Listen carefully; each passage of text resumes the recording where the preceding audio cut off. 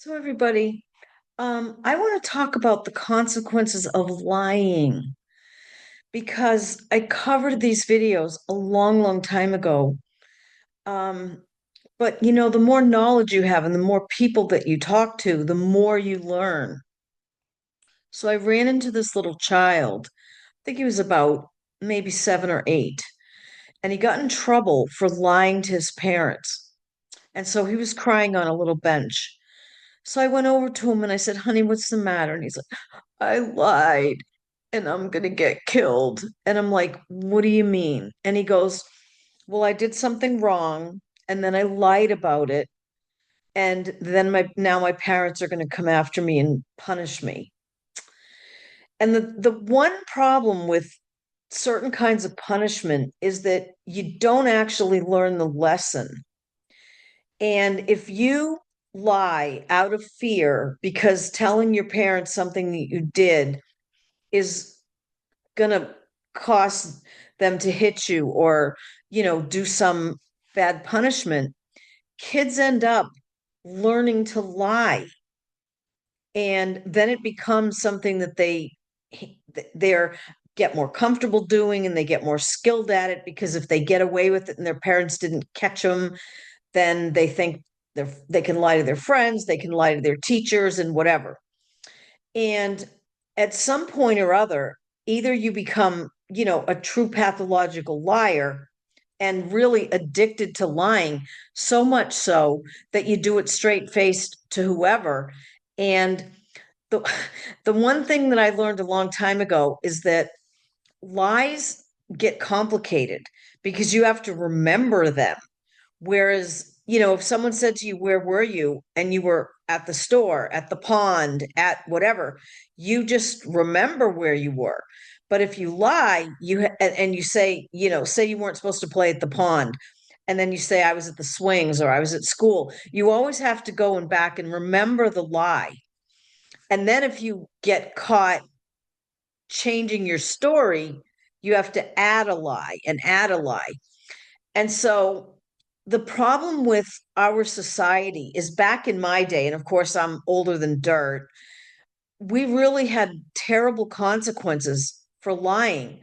But the worst thing that there was about the lie is what our parents would think about us. We cared about their opinion of how we were turning out. And it's just something that's missing today where you're actually more concerned with getting away with something than what's going to happen if your parents find out, except in the case of like this little child. And so, I wanted to try to save him from a life of long lies because he was savable at that age. So we sat down and we talked about it. And so I'm like, "Well, what did you do?" And he's like, "Well, my parents told me that I couldn't go do this and I couldn't buy this and I couldn't have these friends and I couldn't this and I could." And he just went over all these little list of little things that he did.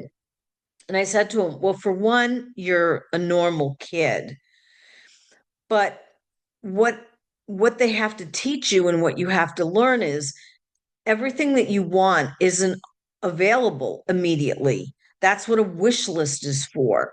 So if you can't afford something, you put a little jar in your room and you save up. And so that when you have the money, then you get it. You don't steal it. And then you don't have to lie about where it came from."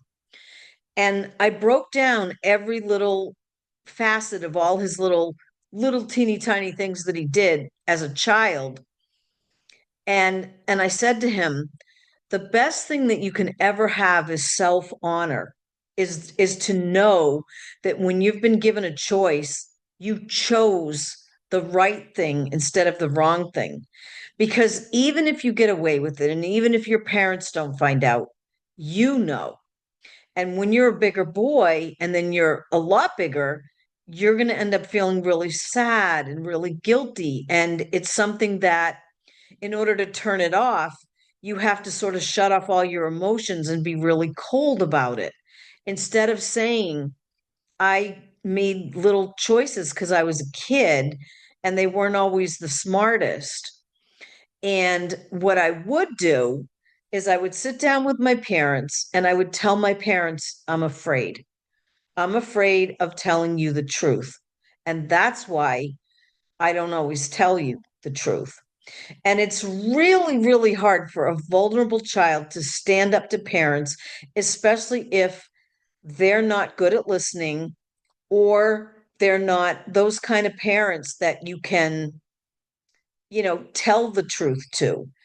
I wasn't lucky enough to be able to have a really close relationship with my parents, but I made sure when I raised my girls, they could tell me anything and that they could tell me I screwed up, I got an F, I missed school, I skipped school, I kissed a boy, I whatever, because I was going to say to them, okay, we're going to deal with it. What do you feel? What do you need? How can we get past this?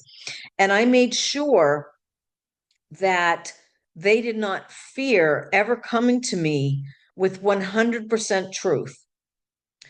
And it was really hard because I wasn't raised that way, but I really, really wanted them to not fear me.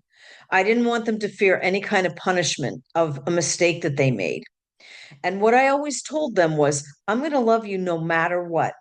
And I'm going to support your life no matter what, no matter whatever you decide to become or be or not do or do. I'm fine. And one of my girls dropped out of school at 16 and I was so sad and horrified. But she came over to me with the truth and said they were bullying her to death. And back in the time, I did not understand that level of bullying because it wasn't part of my generation. So I cried and she cried. And I said to her, okay, time to dust up our boom booms. I'm not going to let you sit home and do nothing. You will have to get a GED and a job. And if you do that, we'll figure it out. And of course, my dream was for her to finish high school. And my other girl was ace school and she went through with all A's, but she went to college and found the bullying unbearable. So she ended up leaving and going immediately to get a job. And so we're going to flash forward to their in their 40s now, and one of them's a mom and she has three children, and she ended up going back to get her GED. She learned and put herself through hairdressing school. She learned how to bartend because I taught her how to make the big amounts of money per hour so that she had income. And we talked about when she got older, we talked about how hard it was for her in school and that it was actually the best thing that she had to leave. And it wasn't what I wanted, but she came to me with the truth and just said, I can't go anymore. And I'm not going to go anymore. And she was 16. And I think it saved her from a pre 18-year-old pregnancy. She didn't get pregnant at all in high school. And she didn't, she was about 21 when she got her first boyfriend and then she became a mom. And so they got married and whatever. And so she had a really tough journey, and it was very tough for her to be out of school and not be structured. But what she did say to me was, I'm so thankful that I could always tell you the truth, and I never had to lie about whatever was going on in my life. And I can still come to you now. So, what I want to tell people is that when we have children in our care, they shouldn't fear their truth. And we shouldn't make them feel ashamed for little dumb things that they do when they might not even have enough brain wherewithal or guidance to even know if it's right or wrong. And by punishing them or hitting them or whatever, it doesn't necessarily teach kids not to lie, because I never hit my kids. And they did lie to me a little bit when they were little, but we sat down just like I'm telling this little kid. And I said, honey, that's not true. What really happened? And I called them on it when they were little. And I said, you don't have to lie. Whatever the truth is, it's okay. And I think, I raised really honest children, and now they just have a really honest life and they're raising their kids in honesty. And a lot of times in society, we're actually losing that because the kids that have started to lie grew up to be liars. And then wherever they were, anywhere they were, they became their own reality became what they wanted to hear or what they thought you wanted to hear, not what was real. And so here it is. The consequences of lying include personal harm such as guilt, stress, and anxiety, relationship and societal damage like loss of trust and public distrust. Lying can lead to physical health problems due to increased stress, and it shows that it negatively affects the brain, with emotional regions showing less activity as it becomes easier over time. And then, of course, on the serious level, a lie like perjury can actually result in punishment as like prison. Because when you get so conditioned and addicted to living the lie, you think you can fool a jury, you think you can fool a cop, you think you can fool whatever. But I'm here to tell you that in today's social media, there's cameras everywhere. There's texts that you posted. There's a way to look up truth, even if you're not telling it. And so there's an addiction factor that happens when you've been able to get away with lies. You almost feel like an entitlement to lie as an adult, and you don't have it. And like any addiction, you're going to have to go back to where did it begin? Because it did not begin with you as an adult, it began with you as a child. And so you have to go back and face how did that little child that I was become someone that felt like the truth was too hard to tell?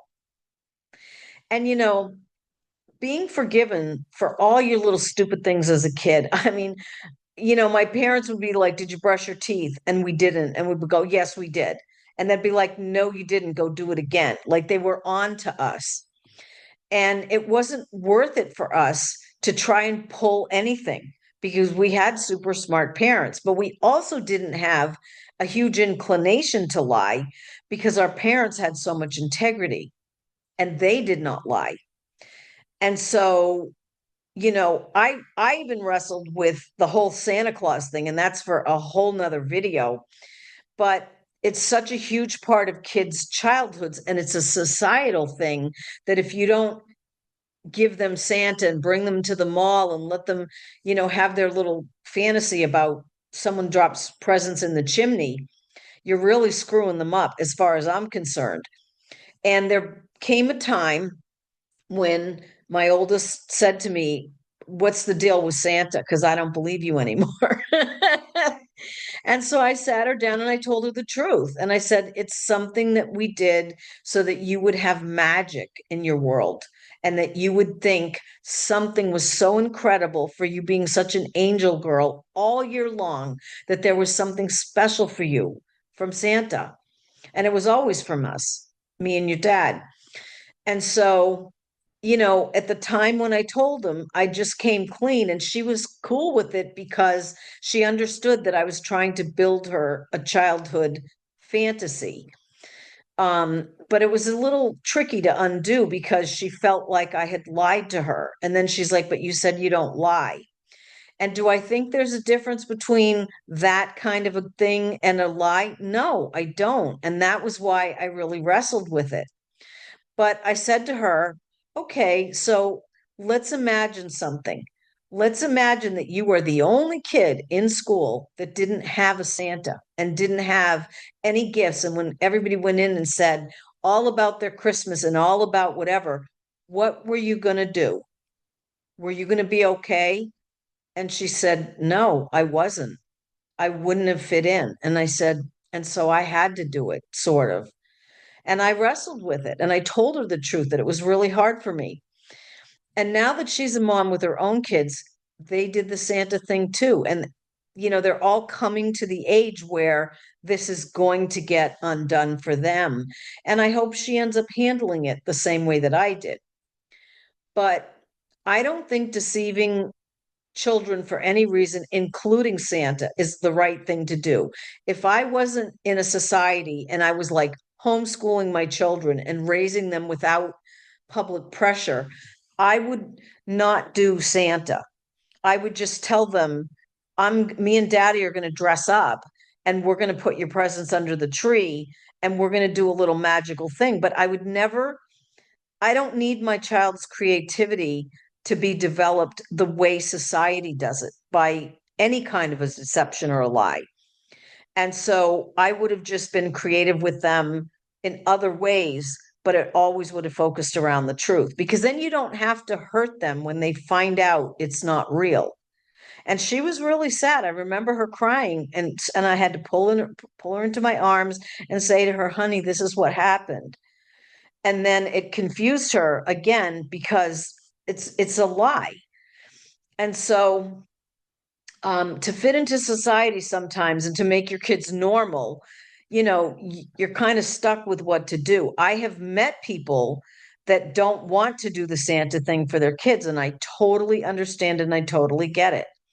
But then you don't bring them to a mall, you don't bring them to a Christmas tree farm where there's a fake Santa elf there, and you keep them away from that, massive influence so that the truth for them isn't painful that they're missing out of something either. It's a really complex thing. But the bottom line is that there's no lie that's okay for any reason, even if you think you're doing a good thing. And even if it's temporary for like the first 8 years of their life or whatever. Um, but we're not perfect. We're people. And so um, my beautiful little girl turned out wonderful because I instilled in her so much integrity and so much pride. I never made her feel bad when she dropped out. I said to her, "You're wonderful. School is so tough. We're not sending you back, but let's figure it out who you are." And she ended up struggling, but she found her way. And she got her GED probably 3 years later. I think I let her take a year off and find herself, but she worked. But then she went and did the work for the GED. And she's living an amazing, wonderful, happy life because I heard her. And my most important thing at the conclusion of this whole thing is you need a relationship with your children where they can tell you the truth. And no matter what their truth is, you're okay with it. And they can come to you with some shocking stuff, let me tell you. And I have to go, okay, but I had to be, I used to tell them to sharpen up my shock absorbers because my kids were coming home because I didn't know what I was going to come home to. I mean, there's some rough stuff they have as truth because their world is really, really hard. And it wasn't the same kind of stuff that we encountered when we were little.